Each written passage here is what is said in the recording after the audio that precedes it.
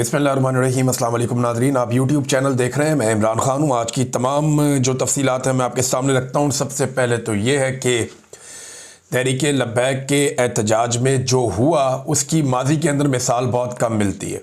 ऐसा कुछ हमने देखा एक दफ़ा इस्लामाबाद डी चौक में 9 मई को भी हमने ऐसा कत्लेआम देखा था। इससे पहले एक दफ़ा तारुल कादरी साहब के मदरसे पे अटैक किया गया और उनके घर पे अटैक किया गया। ये जब जब इस तरह का जुल्म हुआ तो नॉर्मली हमने देखा कि PMLN की हुकूमत है, यानी नून लीग के इक़्तिदार में ये सब कुछ हो जाता है। एस्टेब्लिशमेंट के साथ मिलकर ये कत्लेआम हमेशा कर देते हैं, चाहे वो तारुल कादरी साहब के लोग हों, चाहे पाकिस्तान तहरीक इंसाफ के लोग हों, उनका बार बार कत्लेआम किया गया और अब तहरीक लब्बैक के लोगों का कत्लेआम किया गया। ये सारा कुछ जिस तरीके से हुआ है, जब हालात वाक़यात हम देखते हैं और तहरीक लब्बैक की जो बाकी बची हुई क़यादत है उनसे रब्ता करते हैं तो पता चल रहा है कि ये उन्हें ट्रैप किया गया है और ये सारा कुछ हुआ तहरीक लब्बैक को ख़त्म करने के लिए है। यानी जिसके पास भी अवामी ताकत है, अब शायद रियासत ने यह फ़ैसला कर लिया है कि उस अवामी ताकत को कुचल दिया जाएगा। साद रिजवी और उनके भाई के बारे में अभी तक कोई इतला नहीं दी गई। हुकूमत ने अभी तक नहीं बताया, जब मैं ये वीडियो रिकॉर्ड कर रहा हूँ, कि उन्हें गिरफ्तार किया गया है, किस जगह रखा गया है, वो ज़ख्मी हैं या ज़ख्मी नहीं है। क्योंकि कुछ लोग दावा कर रहे थे तहरीक लब्बैक के कि साद रिजवी को गोली लगी है, जबकि ऐसी कोई वीडियो या तस्वीर मौजूद नहीं थी। हाँ, एक वीडियो मौजूद थी जिसमें साद रिजवी को गिरते हुए दिखाया जा रहा है कि शायद वो बेहोश हो गए थे। और लेकिन पाकिस्तान तहरीक लब्बैक के जो लोग हैं वो ये दावा कर रहे हैं, तहरीक लब्बैक पाकिस्तान के, कि साद रिजवी को भी गोली लगी, उनका भाई भी ज़ख्मी हुआ है। लेकिन इसकी तस्दीक नहीं हो सकती, क्योंकि दूसरी जानिब कुछ ज़राए ये भी कह रहे हैं कि वो ज़ख्मी नहीं हुए, बेहोश हो गए थे, लेकिन उन्हें गिरफ्तार कर लिया गया है। कोई 25-30 के करीब लोग पहुंचे थे सिक्योरिटी फोर्सेस के, उन्होंने घेरा डाल के अचानक सुबह के वक्त ऑपरेशन तेज़ किया था और वहाँ से जो मरकज़ी क़यादत है उन्हें गिरफ्तार करके ले गए। जबकि वहाँ जो मनाज़िर हमने देखे उसमें बहुत सारी लाशें नज़र आईं, गलियों के अंदर लाशें पड़ी हुई हैं। ऐसा दिखाई दे रहा था, लोग उठा उठा कर लेकर जा रहे थे बंदों को। एक के यहाँ सर पे गोली लगी हुई थी और जिस्मों में गोलियां लगने के बेशुमार निशान है। लोग CPR दे रहे थे वहाँ सड़क के ऊपर, लोगों को लटा के कोशिश कर रहे थे पुश करके कि किसी तरह उनका सांस बहाल हो जाए। और ये आवाज़ें हमने कई दफ़ा सुनी कि मेरा भाई मर गया, ये बंदा भी मर गया, वो बंदा भी मर गया। इस तरह ये बातें लोग कर रहे थे। सड़क के ऊपर जब पुलिस वाले मौजूद थे तो 6-7 लाशें तो उस वक्त वहाँ पड़ी हुई थी। तो ऐसा नहीं है कि हुकूमत कहे कि 3 लोग जाँ बहक हुए हैं इस सारे मामले में तहरीक लब्बैक के, ये भी गलत है, ये अदाद-ओ-शुमार भी गलत है। साद रिजवी ने यह कहा था, अपने जो आखिरी बयान दिए उनमें से एक बयान में साद रिजवी ने कहा था, जी हमसे लाशें छीन ली जाती हैं, हमारे जख्मियों को अस्पताल भी नहीं पहुंचाया जाता, तो लाशें छुपाई जा रही। इससे पहले यह शिकवा 26 नवंबर 2024 को पाकिस्तान तहरीक इंसाफ ने भी इस्लामाबाद में किया था। अब वही बात जो है वो तहरीक लब्बैक भी कर रही है, जबकि हुकूमत का यह कहना है कि ऐसा कुछ नहीं है। मुझे ज़ाती तौर पर नाज़रीन तहरीक लब्बैक की सियासत से और उनके नज़रिए से, उनकी चीज़ों से इख्तलाफ रहा है और मैंने हमेशा उन पर खुलकर तनकीद भी की है। यानी मुझे धमकियाँ भी आई, मैंने खुलकर तनकीद की, मुझे परवाह नहीं है इस बात की, मगर मैं जुल्म का हमायती नहीं हो सकता। ये उनके साथ जुल्म हुआ है, जबर हुआ है। जिन लोगों पर गोलियाँ बरसाई गई हैं वो लोग निहत्ते थे और दिखाई दे रहे हैं, और पुलिस वाले जो है वो दिखाई दे रहे हैं कि सीधी गोलियां चला रहे हैं। अब बाकायदा इसके विजुअल मौजूद हैं कि पुलिस वाले स्ट्रेट फायर मार रहे हैं। देखिए, इस जमात को अगर ख़त्म ही करना था कि एस्टेब्लिशमेंट ने सोच लिया था कि अपने तहरीक लब्बैक को कुचल के ख़त्म कर देना है, तो और बात सरे मौके थे। लेकिन आप गौर कीजिए कि पाकिस्तान की मिलिट्री एस्टेब्लिशमेंट ने एक तीर से 2 शिकार किए। नंबर 1, तहरीक लब्बैक को कुचल के ख़त्म कर दिया, अपने तौर पर तो उन्होंने ये कर दिया। अब देखते हैं तहरीक लब्बैक दोबारा खड़ी होती है, हो पाती है, क्या करेगी। नंबर 2, उन्होंने इसराइल को और अमेरिका को भी एक पैगाम दे दिया कि देखें, हमने जो पूरी दुनिया में कहीं नहीं हुआ वो हमने पाकिस्तान में कर दिया। अभी जब मैं आपसे बात कर रहा हूं तो इन दिनों में भी पूरी दुनिया के अंदर लगातार एहतजाज हो रहे हैं जो इसराइल ने किया उसके खिलाफ, और फ़लस्तीनियों के हकूक़ के अंदर लगातार दुनिया में एहतजाज हो रहे हैं। मगरबी ममालिक में एहतजाज हो रहे हैं। बरतानिया में कोई 2 लाख लोग निकले हैं, साउथ अफ्रीका में निकले हैं, यूरोप में निकले हैं, तो पूरी दुनिया में एहतजाज हो रहे हैं। गोलियां सिर्फ पाकिस्तान के अंदर एस्टेब्लिशमेंट ने लोगों के ऊपर चलाई हैं। ये अमेरिका और इसराइल को एक बड़ा वाज़े पैगाम है कि हमारे यहाँ पे जितनी भी रेजिस्टेंस होगी हम उसी तरफ खड़े हैं जहाँ पे डोनाल्ड ट्रंप साहब फरमाएंगे। वहां पे खड़े हो जाएंगे। ये एक बड़ा पॉजिटिव जेस्चर दिया गया है डोनाल्ड ट्रंप को कि कुछ भी हो जाए, हमें लाशें गिरानी पड़े, कोई परवाह नहीं है, हम इस मामले पे पीछे नहीं हटेंगे, हम आपके साथ खड़े हैं। ऐसा लगता है कि उन्हें ये बता दिया गया। मैं काफी अरसे से ये बता रहा हूं कि ऐसा लगता है, यानी अब लगता कि अब तो यकीन हो गया कि इसराइल के हवाले से पाकिस्तान की पॉलिसी बदल गई है। पूरी दुनिया में कहीं एहतजाज करने वालों को इस तरह गोलियां नहीं मारी गई जैसे पाकिस्तान में मारी गई हैं। अब तहरीके लब्बैक को क्रश करता था तो कभी और भी कर सकते थे, लेकिन इस खास मौके पे उन्हें क्रश किया गया जब वो इसराइल की पॉलिसी के खिलाफ एहतजाज करने निकले थे और वो अक्सा का एक मार्च कर रहे थे और वो ये कह रहे थे कि फलस्तीन और इसराइल का मामला। तो यहां पे ये मानी खेद है कि इस वक्त जब उनके ऊपर अटैक किया गया तो ये पैगाम भी पहुंचाया गया जहां पहुंचाना था। मैं कुछ चीजें आपको और दिखा देता हूं कि पहली बार पाकिस्तान के नेशनल टेलीविजन चैनल्स पर पॉलिसी के तहत इसराइली पार्लियामेंट की कार्रवाई दिखाई गई। डोनाल्ड ट्रंप की वहां पर तकरीर और नेतन्याहू की खुशियां या उनकी सेलिब्रेशंस दिखाई गई एंड उस वक्त जब पाकिस्तान में फलस्तीनियों के हक में निकलने वालों की लाशें पड़ी हुई थी। यानी जिस वक्त पाकिस्तान में लाशें गिराई जा रही थी उस वक्त पाकिस्तान के national TV channels Israeli parliament की कार्रवाई दिखा रहे थे जिसमें नेतन्याहू की सेलिब्रेशंस चल रही थी और डोनाल्ड ट्रंप वहां से खिताब कर रहे थे। ये पॉलिसी में बदलाव नहीं है तो और क्या है? कोई ना माने तो उसकी अपनी बात है, सामने दिखाई दे रहा है। आप आंखें बंद कर लें तो आपकी अपनी मर्जी है, आप डर जाएंगे चले एस्टेब्लिशमेंट नाराज हो जाएगी तो आपकी अपनी मर्जी है, लेकिन ये पॉलिसी है, पॉलिसी बदल चुकी है। इमरान खान जिसको सारी जिंदगी पाकिस्तान की एस्टेब्लिशमेंट ने, उनके टाउटों ने और इमरान खान के सियासी मुखालिफिन ने इसराइल का एजेंट करार दिया, आज वो इमरान खान पाकिस्तान का सबसे मकबूल लीडर है, उसे पाकिस्तान के नेशनल टेलीविजन पे नहीं दिखाया जा सकता क्योंकि मिलिट्री एस्टेब्लिशमेंट का हुक्म है। लेकिन नेतन्याहू जिसके फैसलों ने बहुत तबाही फेरी गजा में और जिसकी जंगें बड़ी मशहूर हैं, अब उस नेतन्याहू को पाकिस्तान टेलीविजन दिखा रहा है, पाकिस्तान के टीवी चैनल्स दिखा रहे हैं। ऐसे कर लें, यानी इमरान खान को दिखाने पे पाबंदी है एस्टेब्लिशमेंट की जानिब से। इमरान खान की शक्ल आप नहीं दिखा सकते क्योंकि वो इसराइल का एजेंट ये कहते हैं ना उसे, लेकिन जो खुद इसराइल है उसको दिखा सकते हैं। पाकिस्तान में अब फलस्तीन का झंडा उठाएंगे, आपको मारा जाएगा, गिरफ्तार किया जाएगा, तशद्दुद किया जाएगा, लेकिन पाकिस्तान के टीवी चैनल्स के ऊपर इसराइल का झंडा दिखाया जा सकता है। प्रॉब्लम नहीं है। मनाजिर हमने अब देखे हैं, ऐसा नहीं है कि मैं अपने से बात कर रहा हूं, ये मनाजिर देखने के बाद मैं आपको एग्जैक्टली रिपोर्ट कर रहा हूं और साथ साथ आप ये तस्वीरें देख भी रहे हैं। ऐसा नहीं है कि मैं जुबानी कलामी बात कर रहा हूं। रियासत ने ना नाज़रीन, ऐसा लगता है ये सारा कुछ पॉलिसी के तहत किया है। मैं फजल रहमान साहब को खबरदार करना चाहता हूं कि रेडी हो जाएं, आपकी बारी भी आने वाली है। यह रियासत हर उस ताकत को कुचल देगी जिसके साथ कुछ अवामी प्रेशर मौजूद है और ये आइंदा चलाएंगे पाकिस्तान को डंडे के साथ। डंडे के साथ हुकूमत बनाई जाएगी, डंडे के साथ हुकूमत गिराई जाएगी, डंडे के साथ हुकूमत चलाई जाएगी। यह आइंदा का फॉर्मूला। और जो भी पब्लिक ताकत रखता होगा या अवामी ताकत जिसके पास होगी उसको कुचला जाएगा और अब सिर्फ सरकार का डंडा चलेगा और कुछ नहीं होगा। जमहूरियत नाम की चिड़िया पाकिस्तान के अंदर अब कभी चहचहा नहीं पाएगी जब तक कि यह निज़ाम मौजूद है। ये नाम तो लेंगे जमहूरियत का, लेकिन जमहूरियत होगी नहीं। देखिए ना, जितना कत्लेआम पंजाब हुकूमत ने करवा दिया है, एक लफ्ज वो लोग नहीं बोले और अब बाद में कह रहे हैं जी अस्पताल में जख्मी नहीं है, कोई लाश नहीं है, कोई चक्कर ही नहीं है। वहां पे हमने खुद लोगों की लाशें गिरती हुई, जख्मियों को वहां पे ले जाते हुए देखा।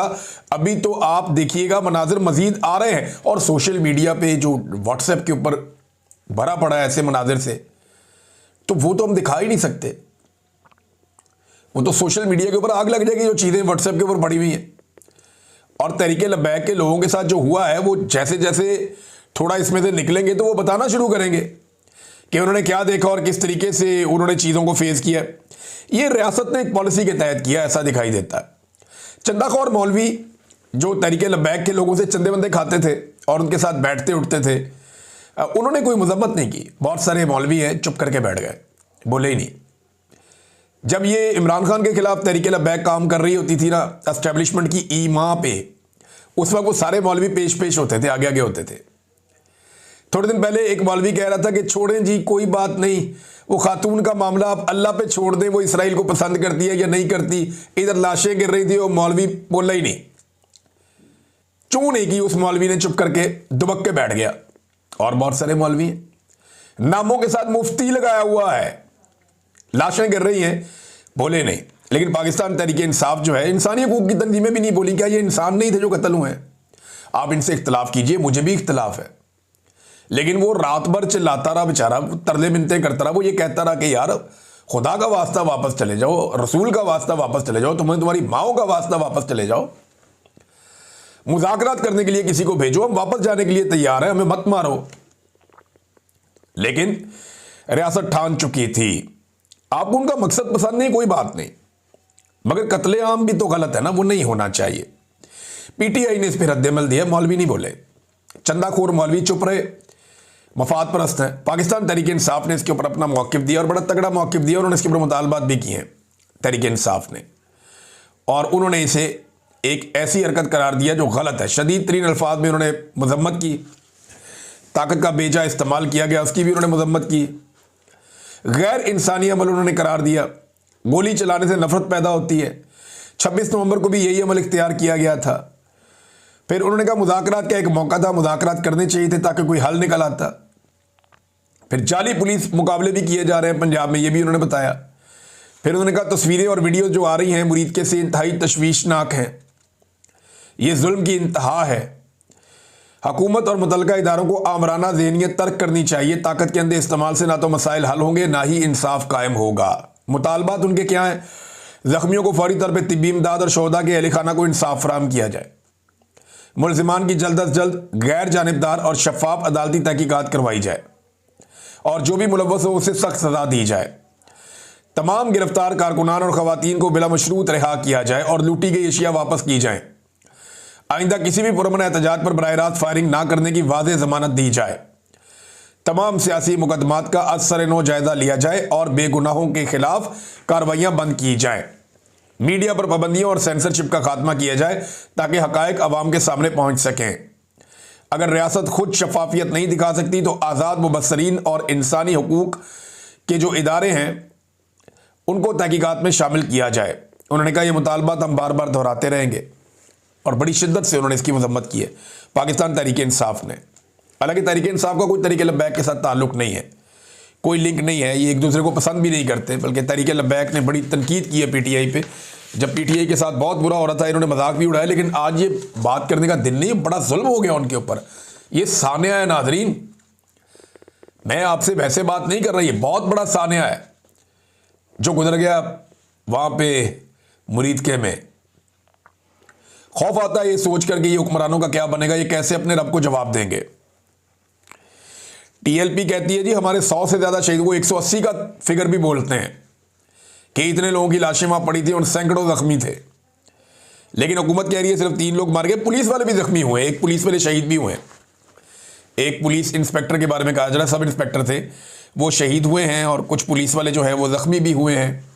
ये भी बहुत अफसोसनाक है, क्योंकि तहरीक लब्बैक के कारकुन आगे से मारते भी है ना, ये आगे से डंडे उठा के और पत्थर उठा के ये मारते हैं, तशद्दुद करते हैं वापस, लेकिन उन्हें घेर के इस दफ़ा मारा गया है।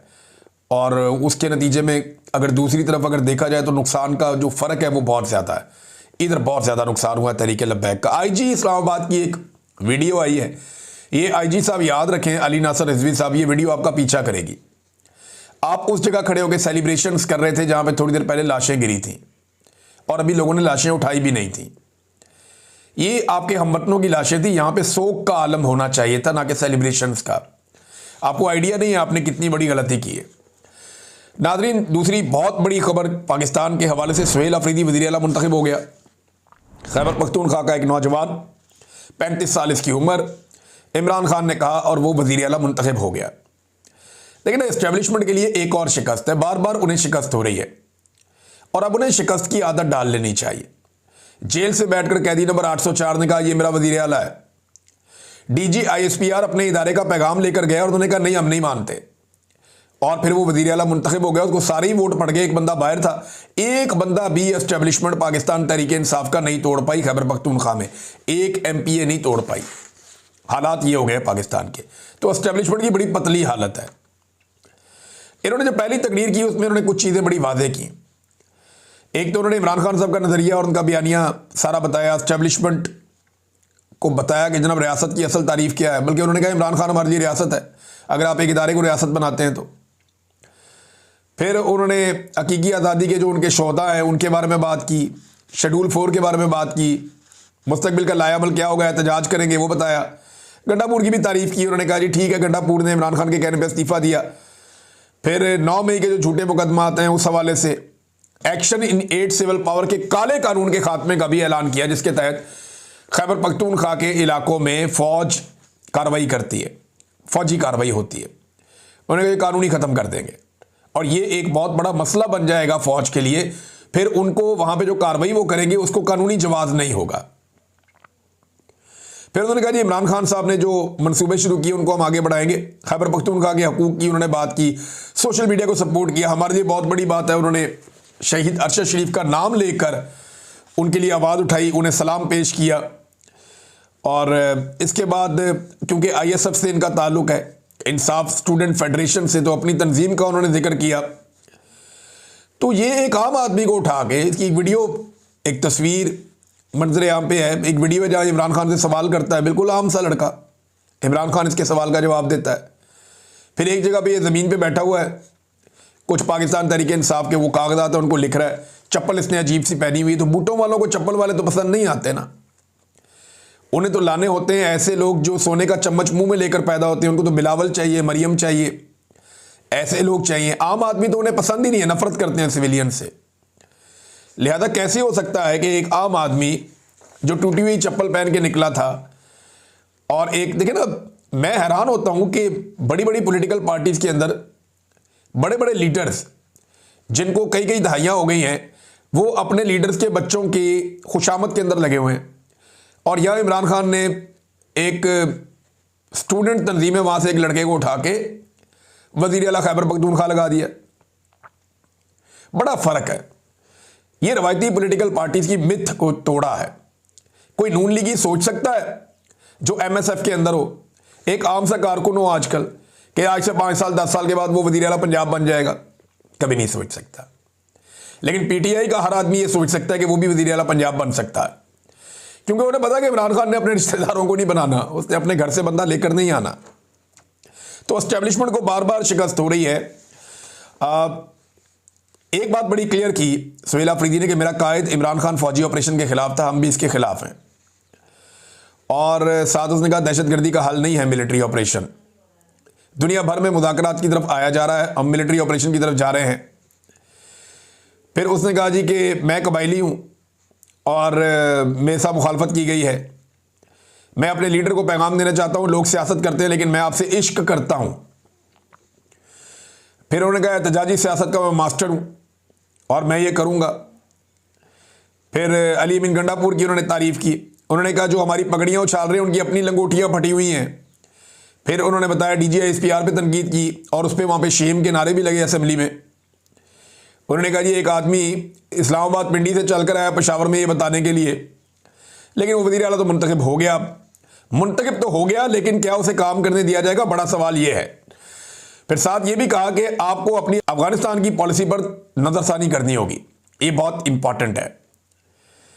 और ये पॉलिसी जो इस वक्त चल रही है वो नहीं है, मिलिट्री ऑपरेशन वाली पॉलिसी नहीं चलेगी। अवाम ही रियासत हैं और इस वक्त रियासत चेयरमैन के साथ खड़ी है। पाकिस्तान की अवाम रियासत है और रियासत जो है वो इस वक्त चेयरमैन के साथ खड़ी है। हमारे कारकुनों को एहतजाज पर मारा गया, आज भी तहरीक लब्बैक के कारकुनों पर गोलियां बरसाई गई हैं। उन्होंने अपनी पहली तकरीर में तहरीक लब्बैक के कारकुनों के साथ जो जुल्म हुआ उसके खिलाफ आवाज़ उठाई है। फिर उन्होंने कहा कि अगर ख़ानदान और पार्टी की मर्जी के खिलाफ इमरान खान को इधर उधर करने की कोशिश की तो पूरा पाकिस्तान जाम कर देंगे। ये भी कहा। सुहेल अफरीदी का जो इम्तिहान है बड़ा सख्त है, क्योंकि गंडापुर ने बड़ी ज़बरदस्त तहरीक का मोमेंटम बनाया और बना के बार बार तोड़ दिया था। अब सुहेल अफरीदी का ये टेस्ट है कि मोमेंटम क्या वो दोबारा बना पाएंगे। अगर दोबारा मोमेंटम बनता है, जो बनता हुआ अब तो दिखाई दे रहा है, तो क्या उस मोमेंटम को वो जारी रख पाएंगे। एस्टेब्लिशमेंट के लिए बहुत बड़ा इम्तिहान ये है कि सुहेल अफरीदी को काम करने से कैसे रोके, क्योंकि ये लोग तो चले गए हैं हाई कोर्ट में, चीफ जस्टिस के सामने, और वहां जाकर उन्होंने कहा जी गवर्नर हलफ नहीं ले रहा, हमने अपना वज़ीर आला नामजद कर दिया है। और वो कह रहे जी पिछला भी मुस्ताफ़ी नहीं हुआ, हालांकि पिछले ने असेंबली के फ्लोर पे खड़े होकर भी कह दिया, आप अदालत में बुला लें, यहाँ पे आके भी कह देगा। वो पिछला वाला जो है वो 2 दफ़ा लिख के भी दे चुका है और वो बहाने बना रहा है कि नहीं ये मुस्ताफ़ी नहीं हुआ। ये तो है 5 मिनट का काम। कल की पेशी है दोबारा, और बुलाया सबको। वहाँ पे चीफ जस्टिस ने पेशावर हाई कोर्ट के, तो ये तो हलफ तो कोई और भी ले सकता है, गवर्नर नहीं लेगा तो हलफ चीफ जस्टिस खुद ले लेगा। ये उसके पास आइन में हक है, कानून उसको ये इजाजत देता है कि वो खुद हलफ ले सकता है चीफ जस्टिस, अगर गवर्नर नहीं लेता तो। देखिए ना, इससे पहले जब खैबर पख्तूनख्वा में मखसूस नशिस्तों के नहीं हो रहे थे हलफ, तो फिर इन्होंने तरीकाकार बनाया था ना कि जनाब इस तरह करके फलानी जगह पे जाके वहां पे हलफ ले लें अगर यहां नहीं लिए जा रहे तो ये 2 नंबरी इस किस्म की जाती है, पहले भी की जाती रही, हम देखते रहे। तो अब जो है वो अगर वज़ीर आला का हलफ नहीं लिया जाएगा और गवर्नर जो है वो टामक टोइयां करेगा कि मैं नहीं लेता, तो फिर वो चीफ जस्टिस ले लेगा हल्फ। इसमें क्या प्रॉब्लम है? लेकिन क्या एस्टेब्लिशमेंट कोई गवर्नर राज लगाएगी या इमरजेंसी लगाएगी? अगर एस्टेब्लिशमेंट ये करना चाहती है तो करके देख ले। वैसे भी तो सारे गंदे काम कर लिए हैं, ये वाला भी करके देख ले, लग पता जाएगा। और मुझे तो अब अंदाजा हो रहा है कि मामला मजीद खराब करने की तरफ जाएंगे, ताकि जितने खराब हालात हों उतना ज्यादा एक्सटेंशन का इम्कान बढ़ता रहता है। अब तक के लिए इतनी, अपना ख्याल रखिएगा, अपने चैनल का भी। अल्लाह हाफिज़।